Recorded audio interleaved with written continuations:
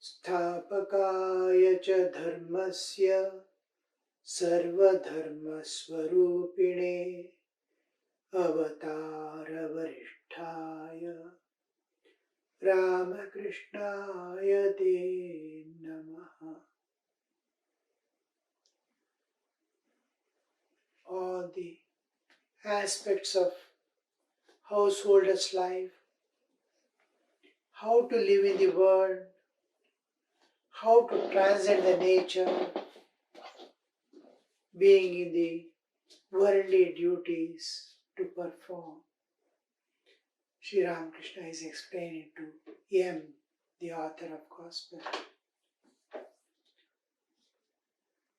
The essence of life, the purpose of life, where will you get the total fulfillment of your life's existence? We have come to this world, we have come to this earth, we are going to live for a few years and go away. Morning I was talking to a child. She is just 7 years old. I was telling, in no time life goes off. You have to achieve something in life. She said, I am just second standard studying. To become old, such a long time is there. To me to become grandmother. I said, new classes have begun yours.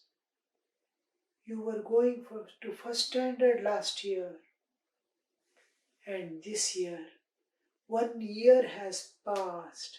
1 year has passed in no time. You are in the second year. The next year, your school going, coming, you will not know exams and second year goes off. Like that, 60 years, 60. You'll be old woman. And she was blinking at me. Just 60 years. 1 year has gone. Like that 60 times your old age. I don't know how much she could feel, but she understood how fast the life goes. Within that, what are we to achieve? What are we to do? Are we to keep our mind on the world of enjoyment or transcend everything and go beyond? We have duties to perform. We cannot live without duties, but nothing must possess you that you are not able to see beyond. Sri Ramakrishna again and again says, Kamini Kanchan, Kamini Kanchan. Not because you have a craving for that alone. The craving can be overcome somehow. Nature will be constantly giving counter experiences to destroy that. But they are innate in every being as the law of nature or principle on which the life is existing, the self-preservation and preservation of species. It's extremely difficult to overcome this. You have to look after your life. You have to preserve your self-preservation and preservation of species is a drive. How deep it is. It is there in every cell of your existence. Any cell, if you clone and see, there is a desire for progeny. There is a desire for possession. Every cell is just hankering as if for this to fulfill these two principles, self-preservation and preservation of species. Every one of us who are trying to attain spiritual, who want to go beyond the all bondages, how much they struggle to overcome the sex impulse.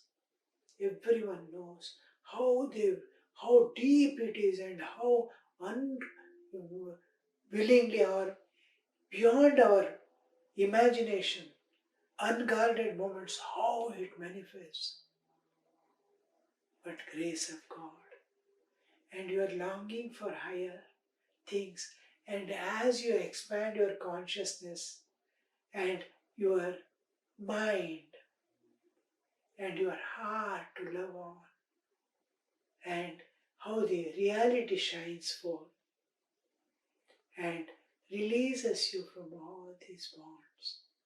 The more you love this world, more you love nature, when you become more and more tuned with nature, nature radiates purity, divinity, beauty, bliss, peace. One of the important, everything is so pure. Man's mind is a part of nature. It can attain, once it is in tune with nature, it radiates purity. Once it is in tune with divine, it radiates divinity. But identification with only body, which is separate from the rest of the universe, if you do, then all these Kamini Kanchana will be holding you. You are unable to see anything else. How to earn, how to enjoy. That's all your. Within that, life goes away like a moth entering fire. So Sri Ramakrishna again and again says to overcome nature. Swami Vivekananda puts it in a beautiful form. Each soul is potentially divine. The goal is to manifest this inner divinity by controlling the nature within and nature without. Nature, internal nature and external nature. Internal nature, kama, krodhadi. External nature, yielding to the old age, this, that, diseases, birth and death, all inevitable things that happen. So, you see how to become independent of the situations of life, people around, and bodily condition is a part of external nature. How to conquer the inner enemies, raga, dvesha, kama, krodha, all these pertain to another aspect of life, the internal nature. Sri Vivekananda puts in a beautiful way to present Kamini Kanchana, to overcome Kamini Kanchana. These are nature's, Prakriti, nature's forces working in you. Apart from that, we have our own cravings for enjoyment and craving for possession. And slowly we go beyond, we become expanded and grow beyond our bodily limitations. I am holding on to body as body independent of the universe. When I expand to be one with this one, all those will fall away. When you love others, other than your family people, when you shed tears for the suffering mankind, when you put all your effort to preserve this nature around for future generation, not harming any way, and then you see the kama krodha doesn't bother you, old age diseases doesn't bother you, they go by themselves. So this is why Sri Ramakrishna is again and again insisting is because it's innate in you and also superimposed on you. Two-way, and get rid of it by being one with everything. This is for householders, Sri Ramakrishna is giving what is spiritual discipline, doing beginning till this gets abated, and then Sri Ramakrishna is continuing how the yogi stage, how the what is yoga is the upper needle and lower needle of the balance remains pointing to each other is yoga. Any disturbance, it deviates. It should not deviate. And how will be the yogi state? It will be like a bird hatching an egg. It is sitting on the egg, whole attention is on the egg. And it is blind or blank eyes. It is looking here, there. So he is asking whether here her entire mind is fixed on eggs and there is vacant look in her eyes. Can you show such a picture? Can you show me such a picture? Yeah, I shall try to get one. As evening came on, the temples were lighted up. Sri Ramakrishna was seated on his small couch meditating on Divine Mother. Evening came on. M is describing this for us to learn, for us to transform our life. When it is evening, it is, oh, nature is changing her clothes. From day, she is entering into night. What a beautiful nature. The unlucky people, the disgraceful people, they will be sitting in front of television, here, there, in enjoyments, in hotels and other places. Instead of looking at nature, slowly the day is going off, night is coming, so much of awareness. It is time to think of the divine. You can penetrate your vision through the nature and look beyond.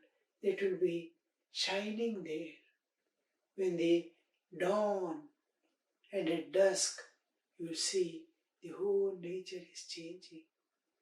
On one side, the impermanency of things it is showing. On the other side, wisdom it is giving. It is asking to love all, love God.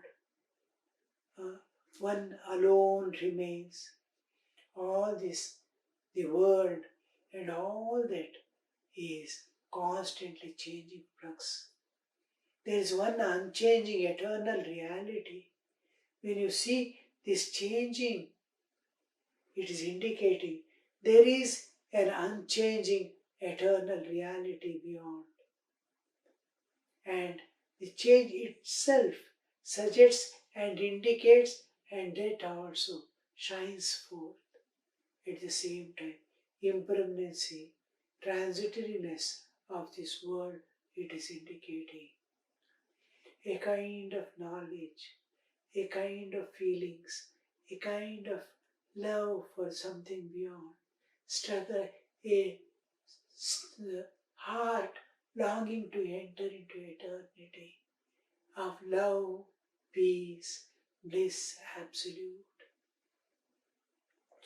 I want absolute peace, absolute bliss, absolute love. It aspires for that moment. For us, the senior Swamis used to say, don't be within the rooms at dusk and dawn. They are knowledge giving. They inspire the soul. So try to be outside looking at the nature when it is dawn and dusk. So this is what we see in our lives. It is time to call on God. When it is dusk is coming, evening is ending, it is time to think of Divine Mother. As evening came on, the temples were lighted up. Sri Ramakrishna was seated on a small couch meditating on Divine Mother. This is what we are supposed to do in Sandhya. And lighting the lamps from far off. When you see a light in dark nights, some hope somewhere. Life is full of darkness, which we call prosperity, this, that, and all in the worldly sense, is all darkness. The eternal bliss, unchanging reality is the only hope. So when you see, here we sometimes happen to travel at night in North India, here, there won't be street lights and all. Far off, some lights will be visible, some street lights, or rarely you'll see, or some building lighted up, a small light burning, and you are passing through the dark, as if you are passing through a tunnel, only your vehicle light is illuminating a small part. The rest is dark. Some far off, one beautiful light is there. And how much of peace it radiates. It says, I am there, I am here, I am here. Same in the life's journey. You will not understand you are passing through the darkness. You are passing through the ignorance. You are passing through helplessness. You are passing through insecurity. Some things hold on to us and try to give a sense of eternity in this world. A kind of security, a small amount of money, a little strength in the body, a few people around, we feel we are secured. To the maximum, government police is there, anything happens. That is the security we have. Where is divine existence? Where is the divine call? Where is the divine feelings that gives me unchanging, unfailing security? God is unfailing security. All this fail when time comes of test. Ram के साथी हजारों थे, जब वक्त पड़ा तब कोई नहीं। सीता के सखियां अनेकी थी, जब हरण हुआ तब कोई नहीं। रावण के साथी, कितने बड़े बड़े आदमी थे, रावण के साथी हजारों थे, जब मरण हुआ तब कोई नहीं। So nothing comes to your rescue. Nothing comes with you when you leave your body and go. When you are bedridden, when old age comes, who is there except God? Lives after lives, our only companion is Lord. But we forget, we miss. So here we see God becoming more and more clear to us, His presence becoming more and more real to us when we sit for meditation as the sunset is setting and lights are. You see, we have got modern these lights which make us forget the nature. When in the houses small lamps are burning, outside there is darkness everywhere. Phases of moon indicates like little Purnima to Amavasya and Amavasya to Purnima, full moon to new moon to full moon. How beautiful it is, everything. Now, presently I am in US and sometimes we go around in the hilly regions where there is no external lights. Moonlit night, how beautiful the nature looks. And there are most of these regions where I am staying in California, most of the regions are bald without trees, um, hillocks, hills. Some rare places because there is no rains here. A month in November, December, a few rains will be there.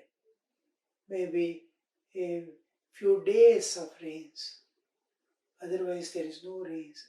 Far off, where there is ice formation, snowfall, from there, water flows down somewhere. They create huge reservoirs and feed us all through that water, door to door. And you see, the whole thing is like a barren land. Some places there are few trees, and while you climbing, going over the hills in vehicle, we see the nature as it is, free from artificial things, calm and pleasant, beautiful. The moonlit night gives the nature as it is. It doesn't make us forget the nature. It makes us intensely feel the nature. Every artificial light in the street and at home makes us forget the nature. We don't understand, we don't feel the presence of nature. And this is what. So evening lights are lit up, the darkness around, some forest region of the temple, Ganga flowing on the other side. There is orchard of fruits and flowers, flower gardens. Amidst that, the temple, in the temple and Natamandir here, there, some lamps are lighted, and how the nature participates. Every light enhances the beauty of nature. Our lights, present lights, destroy the beauty of nature, makes us forget. They intensifies your awareness on all directions. And Divine Mother spontaneously manifests in your awareness. Oh Mother, where are you? All this you have become, the universe. Everything is there. Where are you now? You have become the universe, they say. And where are you? How can I see you? Identifying with body, I see this world and not you. But I hear the 24 cosmic principles with which this universe is made is but you. So this awareness of the Divine Mother, closely associated and manifesting as nature and taking care of every jiva and pushing it towards the evolutionary process. Her memory comes into picture. Meditating on Divine Mother, then he chanted the names of God. We see almost all the Devatas' names, various names of Divine Mother, Sri Ramakrishna used to chant. Later on, when we see each Devata, whose name he used to utter, and all they are Ishta Devatas of some person or other. Hey Ram, Hey Krishna, Vasudeva, this, that, Durga, Shiva. When he utters the names, they are the Ishta Devatas of some person or the other in this universe. He is bowing down, Hanuman and all that. He is remembering and uttering the name. We see later on, these are parts of the mantra also. Ishtadevata of somebody, and it becomes. And when these are it is something like re-energizing by uttering these names. When avatara incarnations utters a name, or a realized soul, Jivan Mukta utters a name, it is increasing the, not only giving validity to it, but making them just like watering a plant which is dying away. Our chanting doesn't affect at cosmic level. When incarnations realize chant a name of God, it energizes by giving water. It is spiritual water that is being given to become again activated in the hearts of the devotees. Rama's devotee, he does Ramanama, and Rama's Rupa he meditates upon. Slowly, with passing of nature, time, and this Kali Yuga's Prabhava, because the Dharma Adharma changes its quantity, its magnitude. So, with that, the nature is changing. Just like heat is going away and coolness is coming as the winter approaches. Like that, it is natural. The, the adharma taking greater magnitude from dharma is nature of Kali Yuga. And in this nature, the God's name becomes less important. Material earnings becomes more important. We give more value to the material world than the spiritual world. Because mind, the kala, is working like that.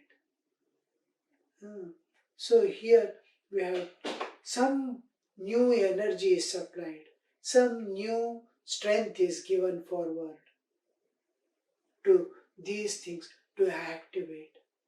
When there is some changes, when these people utter, it becomes more and it as if he is awakening every jiva associated with that particular devata, with that name, and the name gets reinstated with the, though the tendency is to cover the other parties.